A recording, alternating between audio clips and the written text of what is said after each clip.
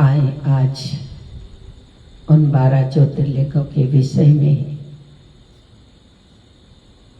जानते हैं और उन्हें नमन और प्रणाम करते हैं।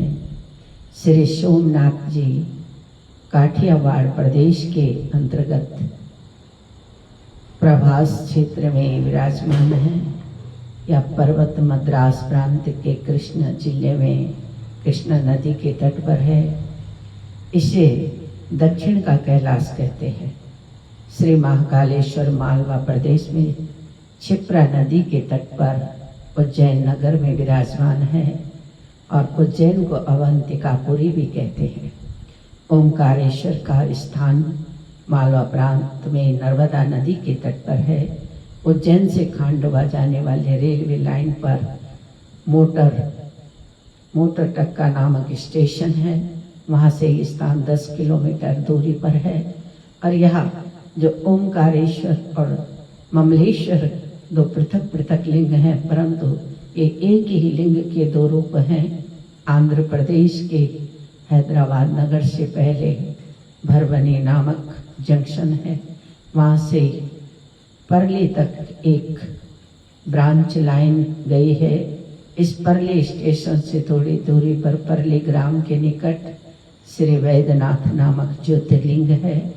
शिव पुराण में वैद्यनाथम और चिताभूमा ऐसा प्रसंग आता है। इसके अनुसार संथाल परगने में EI रेलवे के जैसी डी स्टेशन के पास वाला वैद्यनाथ शिवलिंग ये वास्तविक वैद्यनाथ ज्योतिर्लिंग सिद्ध होता है, क्योंकि यही चिताभूमि है। श्री भीमाशंकर का स्थान मुंबई से पूर्व, पूना से उत्तर भीमा नदी के किनारे सहट पर्वत पर है। यह स्थान लारी के रास्ते से नासिक से लगभग 120 मील दूर है।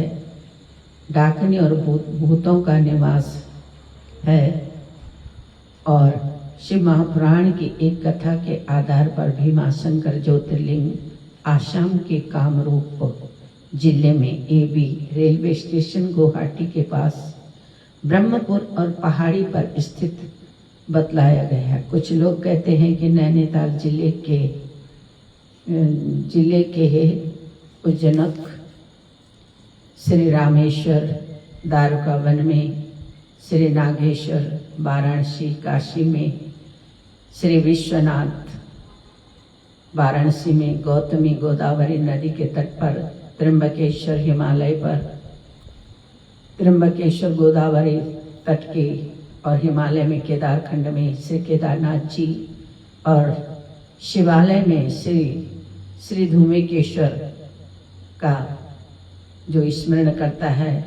जो मनुष्य प्रतिदिन प्रातः और संध्या काल के समय 12 ज्योतिर्लिंगों का नाम लेता है, उसके 7 जन्मों का पाप साप सब मिट जाता है और संपूर्ण लिंगों के दर्शन का उससे पुण्य प्राप्त होता है।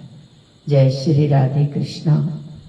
ओम रामेश्वराय बागेश्वराय नागेश्वराय केदारेश्वराय ओमकारेश्वराय जगदीश्वराय भक्तेश्वराय धरतीश्वराय भुवनेश्वराय राजराजेश्वराय पार्वती परमेश्वर हर हर महादेव सदैव हम पर अनुकूल रहे, प्रसन्न हो और हमारे भाव को स्वीकार करें। हमें दर्शन दे, साक्षात्कार हो उन परमात्मा का। उनको सब पता है, सब आनंद में है, पर हम चाहते हैं कि आप जरूर हमें दर्शन दें। ये हमारा हृदय की भावना है, यही हमारा लक्ष्य भी समझो और यही हमारी भक्ति भी समझो। और स्वार्थ लागे करे सब प्रीति होती होगी, बाकी तो आपकी मर्जी है, आपकी इच्छा है। आप जो चाहें, जैसा उचित समझे, क्योंकि ईश्वर हमारे लिए जो करते हैं और हमारे लिए वही करते जो हमारे लिए उचित होता है। इसीलिए हे भोलेनाथ, हे पार्वती पति, हे उमानाथ, हे रमानाथ, आप सदैव अनुकूल रहें और श्री जी का उद्धार करें। इन्हीं भावों के साथ ग्वाल बाल बन के आओ, चाहे जो मर्जी बनकर आओ, बस भूत बन के मत भूत बन के मत आना, बाकी सब बन के आना। गोविंद बन के आओ, राम बन के आओ।